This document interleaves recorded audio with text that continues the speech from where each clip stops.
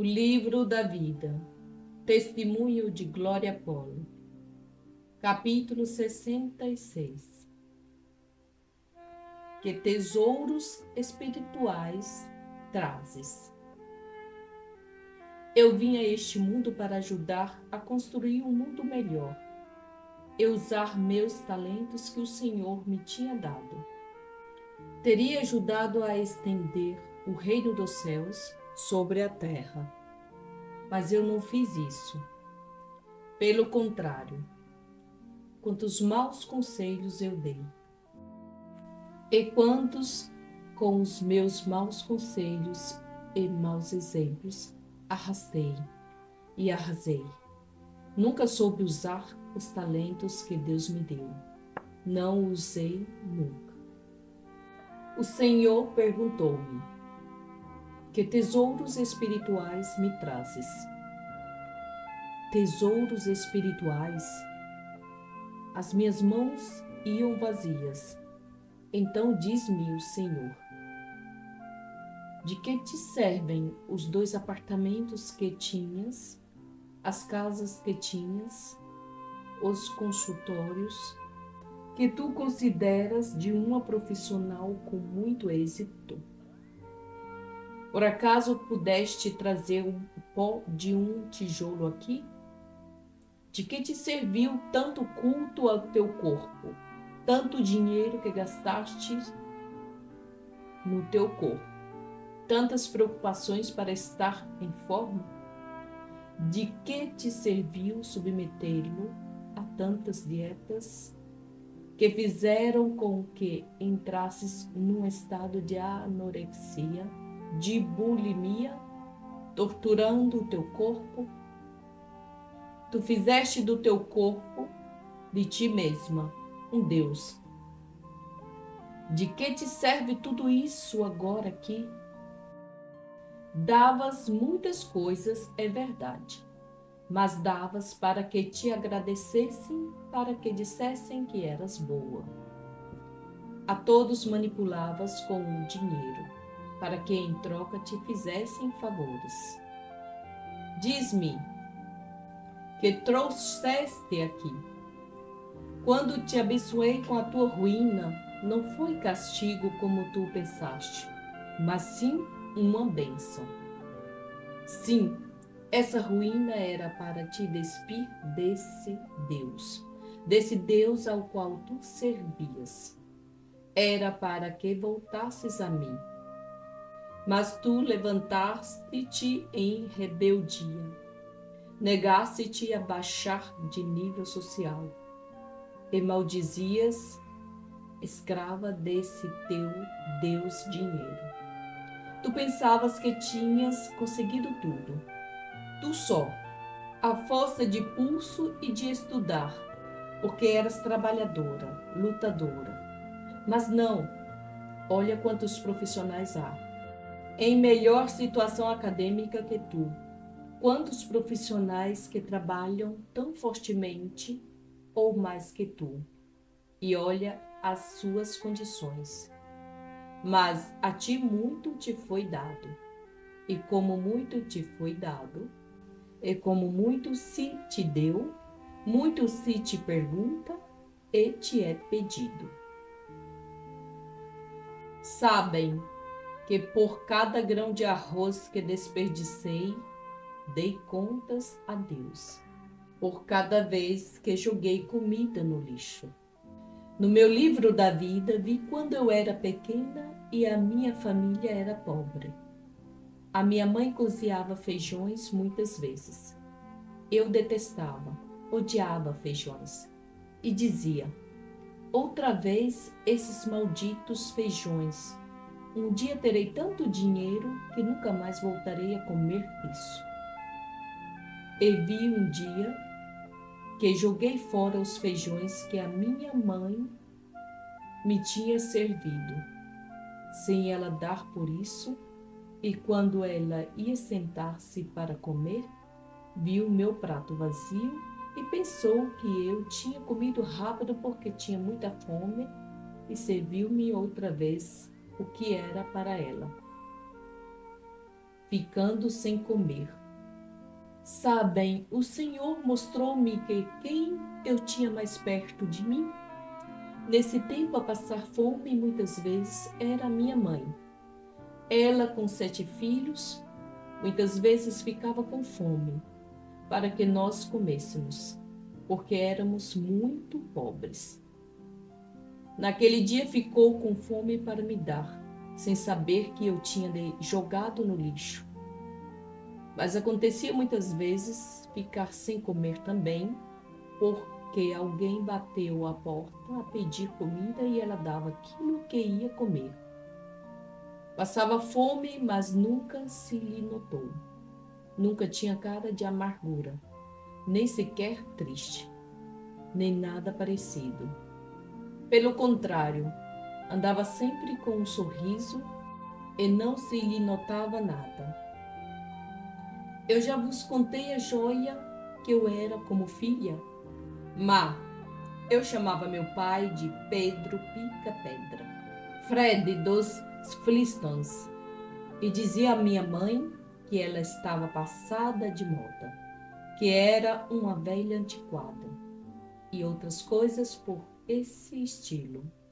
Chegava ao ponto de negar que ela era a minha mãe, por vergonha.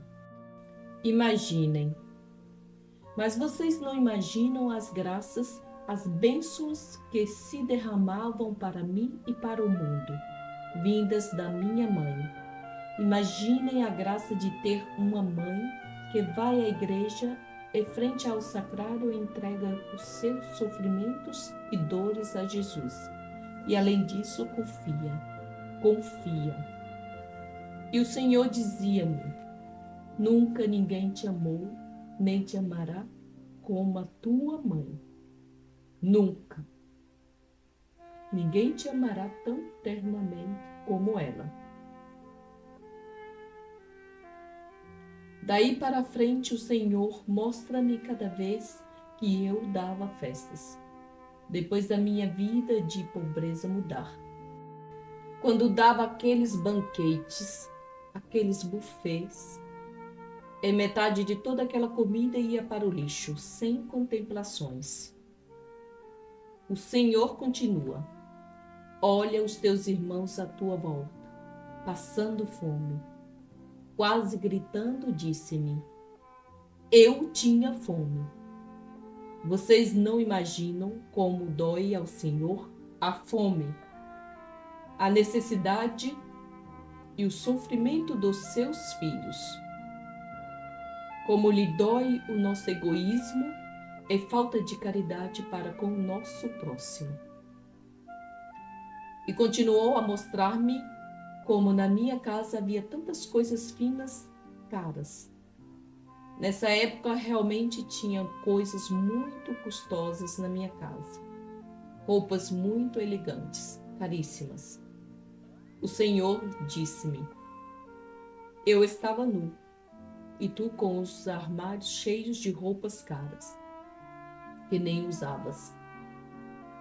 E vi quando vivíamos no nível social alto, que se as minhas amigas compravam roupa, eu tinha que comprar melhor. Se alguma comprava um bom carro, eu ia comprar um melhor. Eu queria sempre algo melhor que elas, porque eu era invejosa. O Senhor disse-me: tu sempre foste altiva comparando-te com pessoas que estavam em melhor situação que tu. Pessoas ricas. Tu nunca mais olhaste para aqueles que estavam mais baixo que tu, economicamente. Quando tu eras pobre, ias a caminho da santidade, porque tu davas até daquilo que te faltava.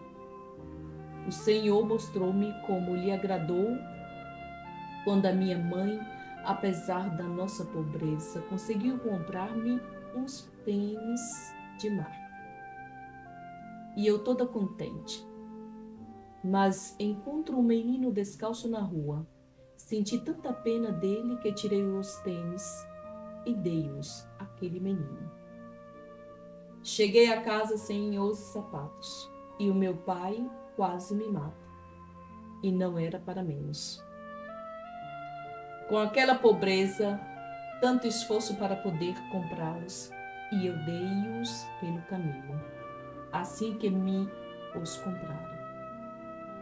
Mas o Senhor ficou feliz, como lhe agradava esse caminho por onde eu ia.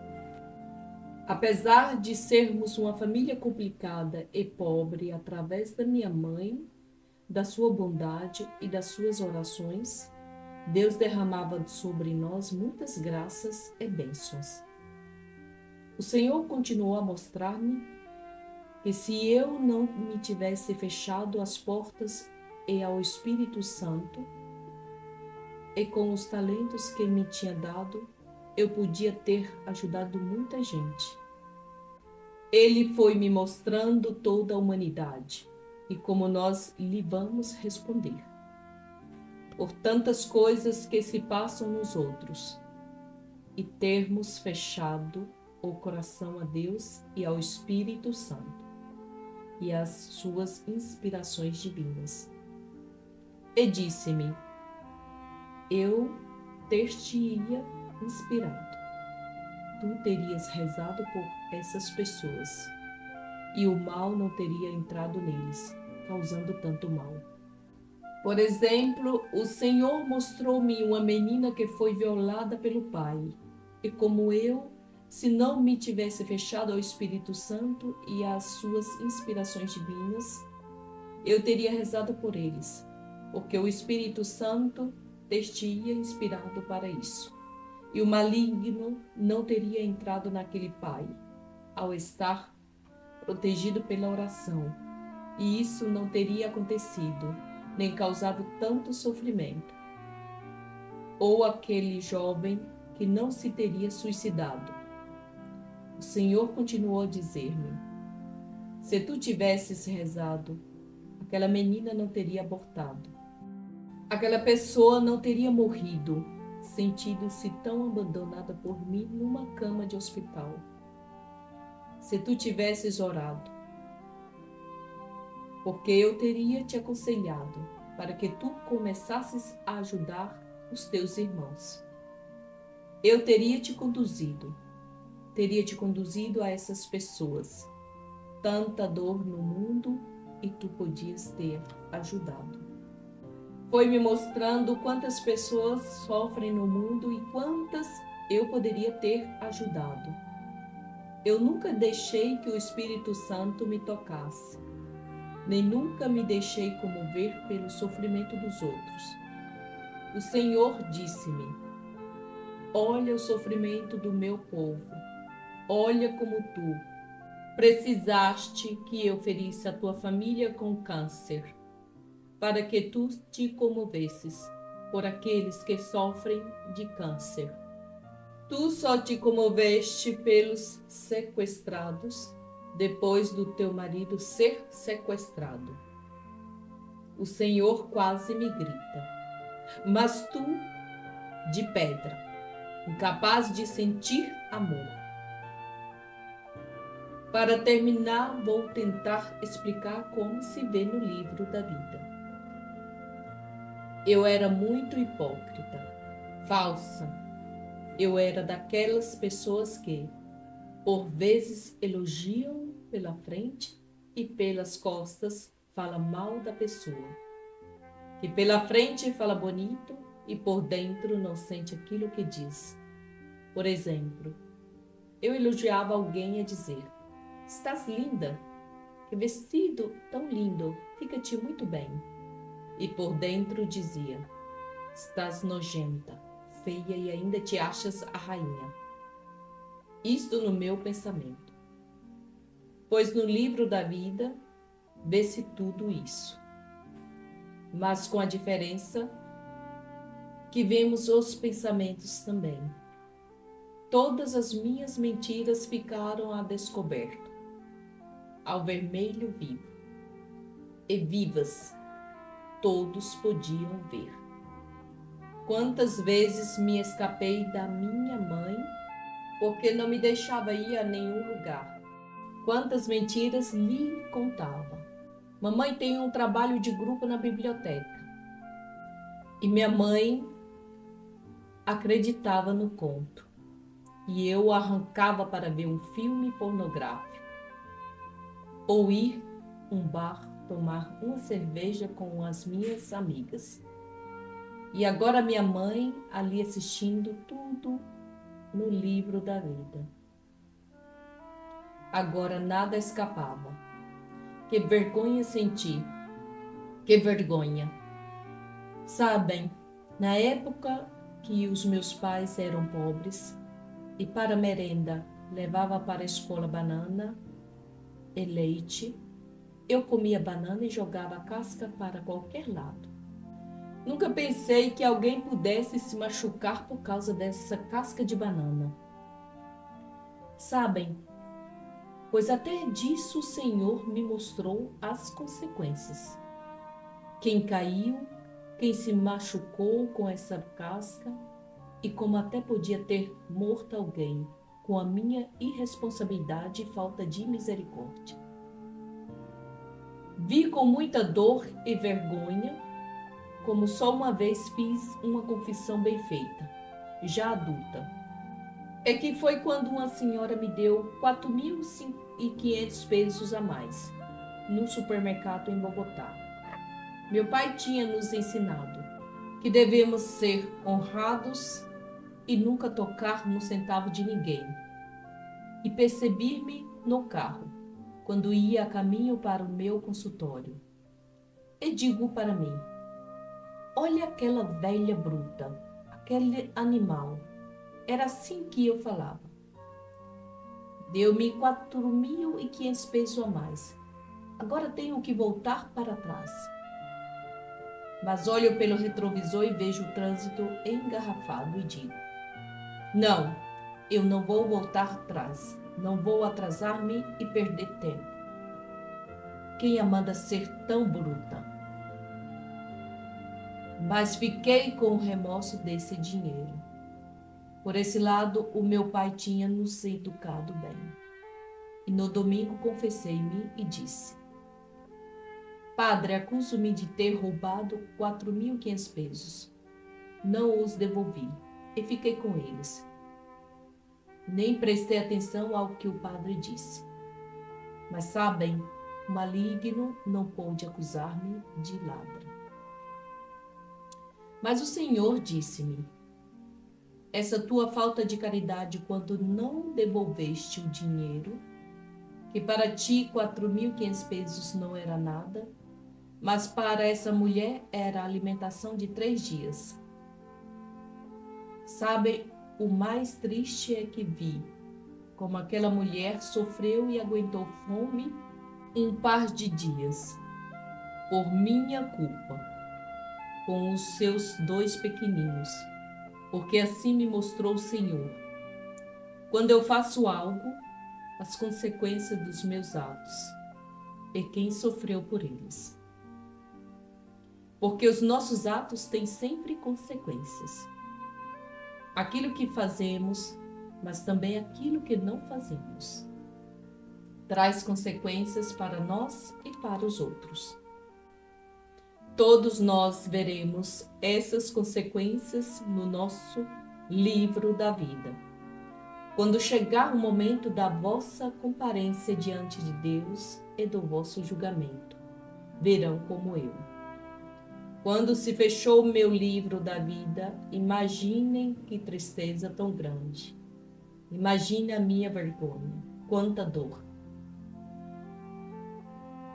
O livro da minha vida fechou-se da forma mais bela. Apesar de me portar assim, apesar dos meus pecados, apesar da minha imundícia, da minha indiferença e dos meus sentimentos horríveis, o Senhor procurou-me até ao último instante. Enviava-me sempre instrumentos, pessoas, falava-me, gritava-me, tirava-me coisas, deixou que eu caísse na ruína para me procurar e para que eu o procurasse.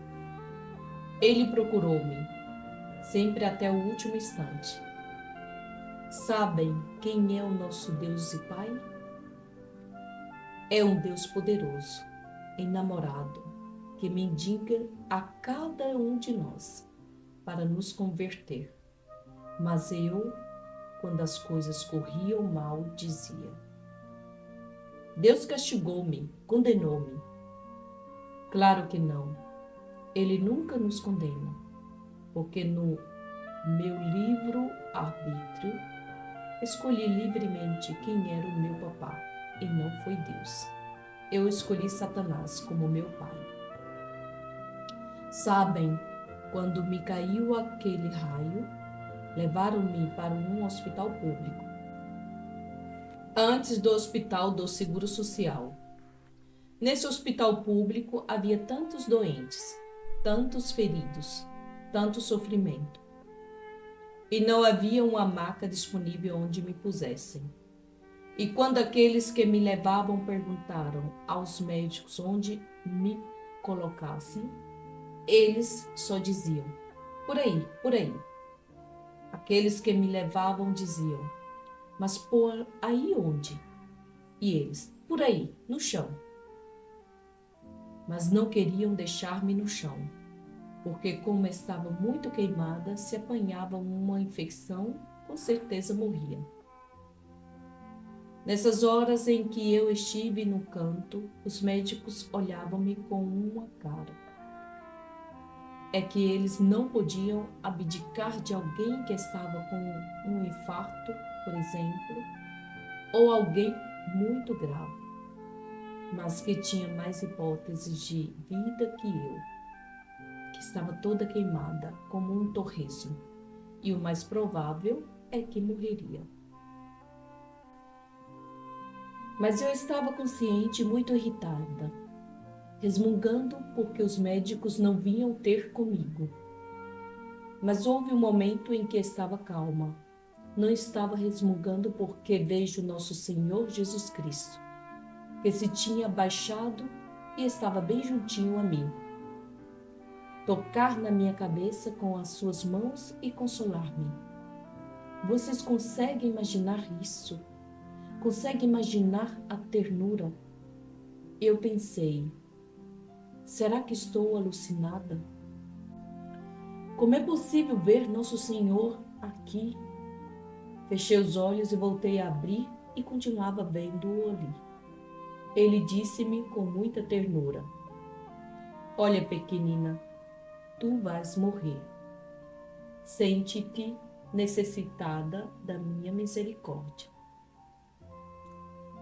Imaginem, eu digo: misericórdia, misericórdia, mas pensava ao mesmo tempo: mas por quê? O que é que eu fiz de mal? Não tinha consciência dos meus erros, mas ficou bem claro para mim que ia morrer, isso sim. E eu fico aflita. Vou morrer, ai, vou morrer, ai. Os meus anéis de diamantes. Lembrei-me logo dos meus anéis. Olho e vejo toda a carne dos meus dedos queimada.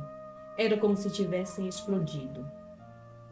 Mas eu dizia para mim: tenho que tirá-los, custe o que custar, porque senão vão ter que os cortar e perdem o valor. Eu não pensava noutra coisa. Via os meus dedos inchados. Eu só pensava em tirá-los para que não os cortassem. Vocês não imaginam o cheiro tão desagradável que tem a carne queimada. E quanto mais eu mexia naqueles anéis, mais cheirava a carne queimada. Eu sentia que ia desmaiar com as dores, mas insistia e dizia a mim mesma: não, não e não. Eu consigo, porque a mim ninguém me vence. E não me vai ficar gorda esta carne. Não, Senhor. Eu tiro estes anéis daqui, custe o que custar. Não vou morrer com eles. Quando por fim consigo tirá-los, e de repente lembrei-me: ai, eu vou morrer, e essas enfermeiras vão me roubar os meus anéis. Nisto chega o meu cunhado. Eu toda contente, salvei os meus anéis. Entreguei os anéis a meu cunhado. Ele é médico, e ainda bem, porque de outra forma não tinha tocado aqueles anéis. Tê-los-ia jogado fora e bem longe, porque estavam queimados e com pedaços de carne pegados. Eu disse-lhe que os entregasse a Fernando, meu marido, e disse-lhe: diz às minhas irmãs que levem os meus filhos, porque, coitadinhos, ficarão sem mãe, porque desta não saio.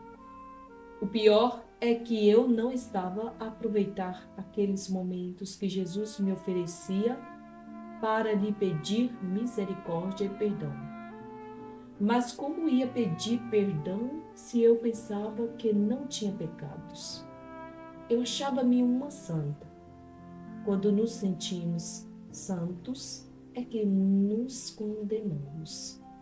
E quando tirei aqueles anéis e os entreguei ao meu cunhado, para que os entregasse a meu marido, disse para mim com alívio: já está, agora posso morrer. E o último pensamento que tive foi: ai, com que dinheiro me vão enterrar com aquela conta negativa no banco? Deus Pai ama-nos a todos e a cada um de nós, independentemente se somos bons ou maus, e tanto que até o último momento vem até nós, com tanta ternura, abraça-nos com todo o seu amor. Ele quer salvar-nos, mas se não o aceitamos, se não lhe pedimos perdão e misericórdia, reconhecendo as nossas culpas, Ele deixa-nos livres para seguir aquilo que escolhemos. Se a nossa vida foi uma vida sem Deus, muito provavelmente nesse momento não o queremos. E Ele deixa-nos ir. Ele não nos obriga a aceitá-lo. Assim se fecha o meu livro da vida. Capítulo 67. O regresso. Mas quando o meu livro da vida se fecha, não imaginam como eu me sentia. Eu estava verdadeiramente aterrorizada. Vejo que estou de cabeça para baixo e sinto que vou a um buraco e depois desse abre-se aquela coisa que parecia uma boca. Caio e aterrorizada começo a gritar a todos os santos que me salvassem. Vocês não imaginam a quantidade de santos que cheguei a nomear. Santo Ambrósio, Santo Isidro, Santo Agostinho e etc. Nem sabia que conhecia tantos. Era tão má católica, mas quando me acabaram os santos, ficou silêncio. Senti um vazio imenso, uma dor e uma vergonha enorme.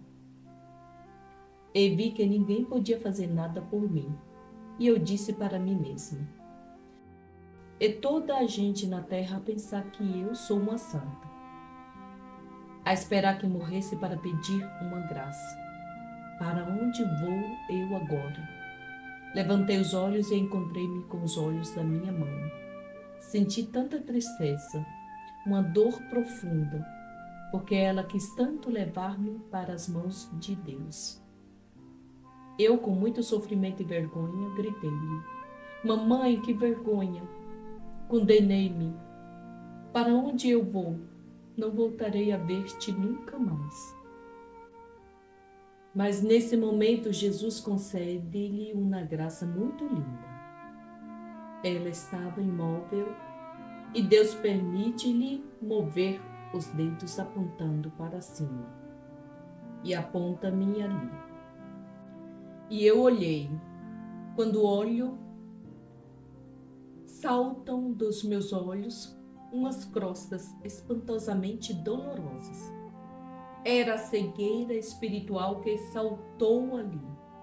E nesse momento eu vejo um momento maravilhoso. Um dia uma paciente no consultório disse-me: olhe, doutora, eu sinto muito, muita pena, muita tristeza pela senhora, porque a senhora é demasiada materialista. Mas se um dia em qualquer aflição ou quando estiver numa situação de perigo, qualquer que seja, peça a Jesus Cristo que a cure com seu sangue e peça-lhe perdão, porque ele nunca vai abandonar, porque ele pagou o preço do seu sangue pela senhora. Eu, com esta vergonha tão grande, com essa dor tão grande, comecei a gritar: Senhor, Jesus Cristo, tem compaixão de mim, perdoa-me.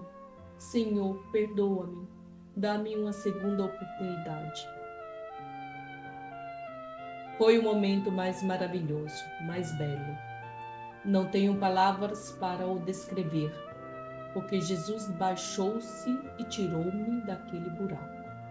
Levantou-me e pôs-me numa parte plana e disse-me com muito amor: sim, tu vais voltar e vais ter a tua segunda oportunidade, não pela oração da tua família, porque é normal que chorem e clamem por ti, mas sim pela intercessão de todas as pessoas alheias à tua carne e ao teu sangue, que têm chorado, rezado e elevado o seu coração com muito amor por ti. Sabem o que vi? Vi o grande poder da oração de intercessão.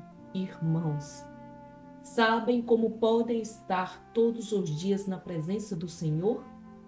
Rezem todos os dias pelos seus filhos, mas rezem também pelos filhos das pessoas do mundo inteiro.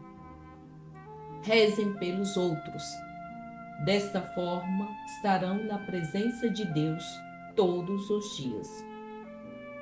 Eu vi como subiam milhares e milhares de chamazinhas de luz, belíssimas, à presença do Senhor. E eram como pequenas chamas brancas, lindas, cheias de amor.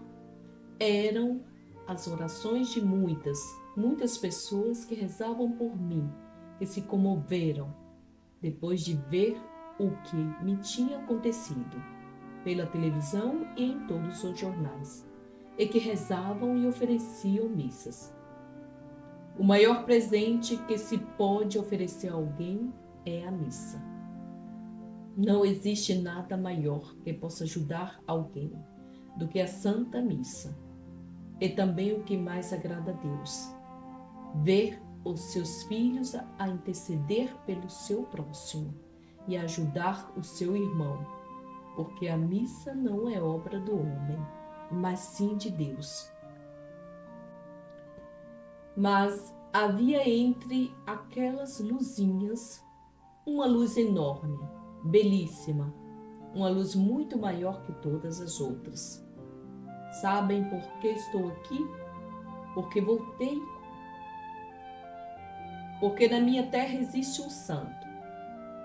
Eu olhei com curiosidade, mas quem seria essa pessoa que me amava tanto?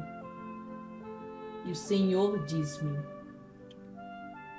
essa pessoa que vês ali é uma pessoa que te ama muito e nem sequer te conhece. O Senhor mostrou-me que era um pobre camponês que vivia na montanha Sierra Nevada de Santa Marta.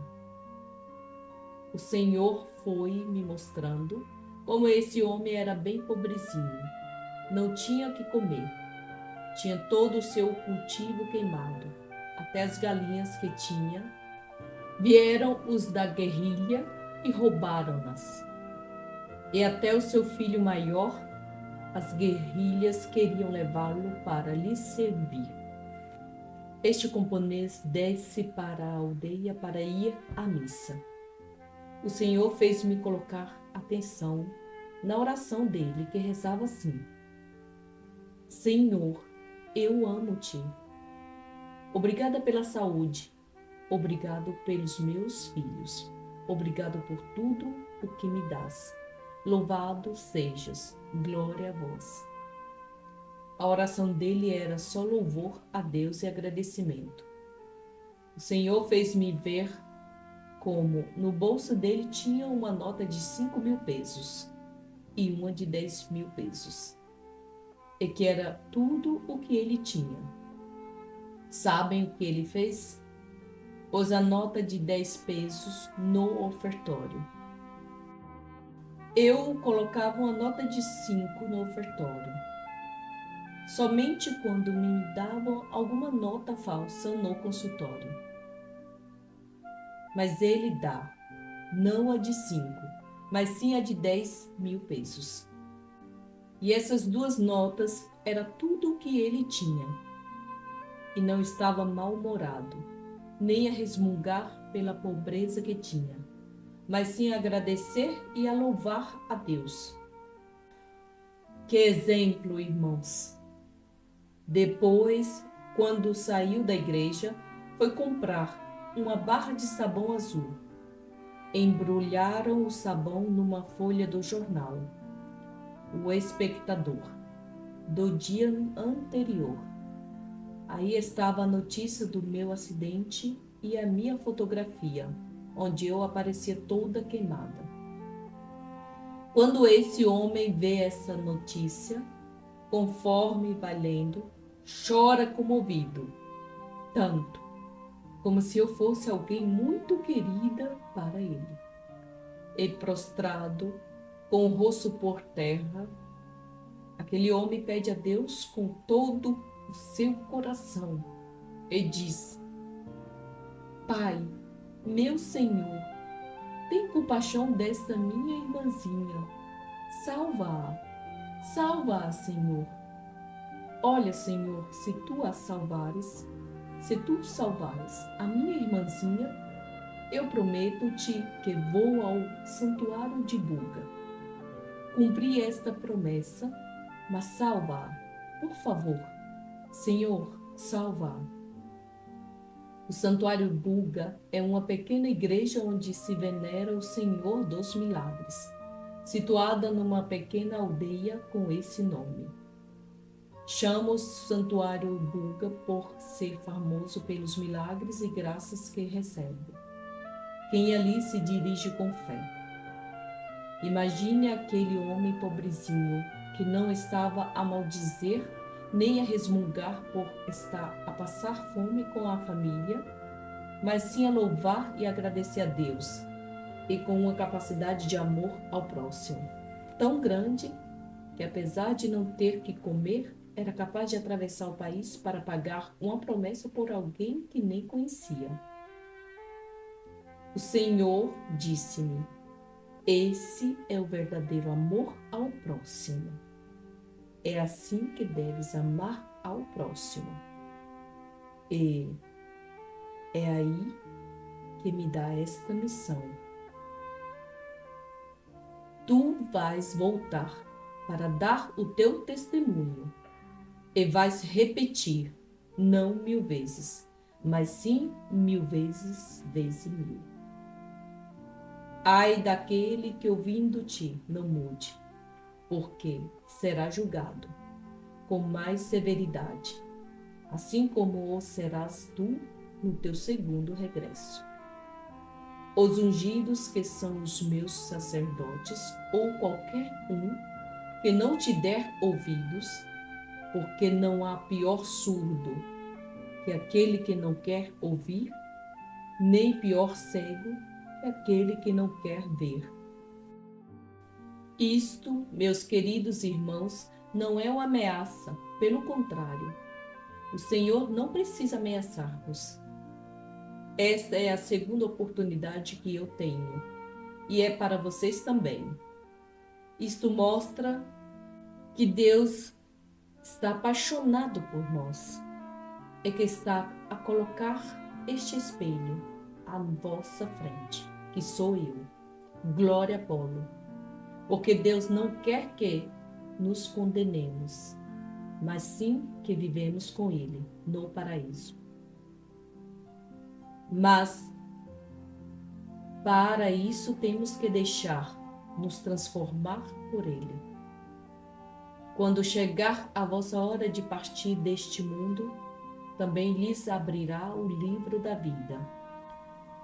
A cada um de vós, quando morrerem, e todos passarão por este momento, igual ao meu, tal como eu passei. Ali veremos tal qual estamos agora, com a diferença que vamos ver os nossos pensamentos e os nossos sentimentos, os nossos atos e suas consequências, aquilo que podíamos ter feito e não fizemos, e as consequências disso na presença de Deus. Mas o mais belo é que cada um verá o Senhor frente a frente, pedindo-nos que nos convertamos, porque até o último momento Ele pede-nos isso, para que, de verdade, comecemos a ser novas criaturas com Ele, porque sem Ele não poderemos. Capítulo 68. Recuperação física. Quando o Senhor me devolveu, de imediato os meus rins, que não funcionavam, nem me faziam diálise, porque não valia a pena, pois eu estava a morrer. Mas de repente esses rins começam a funcionar, os pulmões também, meu coração volta a bater com força. Nem imaginam a surpresa dos médicos. Eu já não precisava das máquinas para nada. Começou a minha recuperação, mas eu não sentia nada da cintura para baixo. E um mês depois, os médicos diziam-me: olhe, Glória, Deus está a fazer um milagre consigo, porque até já tem pele fininha sobre todas as feridas. Mas pelas suas pernas não podemos fazer mais nada. Vamos ter que as cortar. Quando me disseram isto, eu que era desportista, lembrei-me. 4 horas de aeróbica diárias para quê? Eu só pensei em fugir dali. Mas não consegui, porque as minhas pernas não aguentaram e caí. Eu estava no 5º andar. Subiram-me para o 7º, para ficar lá até a operação. Encontro uma senhora a quem já tinham cortado as pernas, mas a quem iam voltar a cortar mais acima. Quando a vi, pensei que nem o dinheiro todo do mundo era suficiente para comprar a maravilha que são as pernas. Quando me dizem que me as vão cortar, eu senti muita tristeza. Nunca agradeci a Deus as minhas pernas. Pelo contrário, eu, com a tendência que tinha para ser gordinha, aguentava fome como louca e gastava fortunas para estar elegante. E agora vejo as minhas pernas negras queimadas, sem carne. Mas pela primeira vez agradeço a Deus por ainda as ter. Senhor, agradeço-te as minhas pernas e peço-te o favor de me as deixares, para que eu possa caminhar. Por favor, Senhor, deixa-me as minhas pernas. E começo imediatamente a senti-las. Estavam negríssimas, sem circulação, e de sexta para segunda, quando os médicos chegaram, ficaram surpreendidos, porque estavam vermelhas, e a circulação tinha se restaurado. Os médicos, surpreendíssimos, tocavam-me e não queriam acreditar. E eu disse-lhes: doutor, as minhas pernas doem-me terrivelmente, mas acho que nunca houve ninguém tão feliz por sentir dores nas pernas como eu neste momento.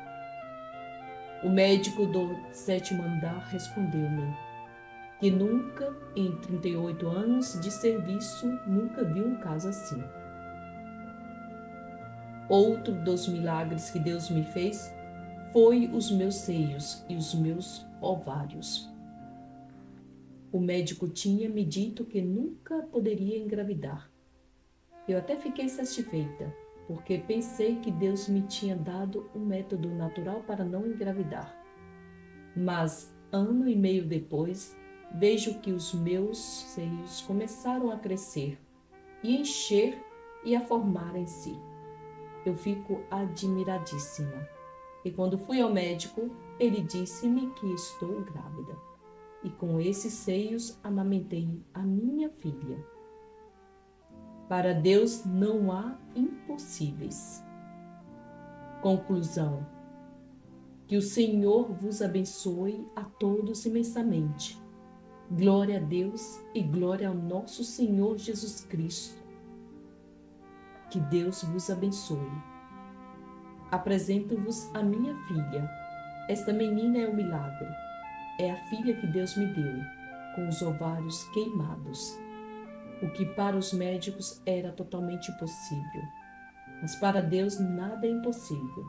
Aqui está e chama-se Maria José.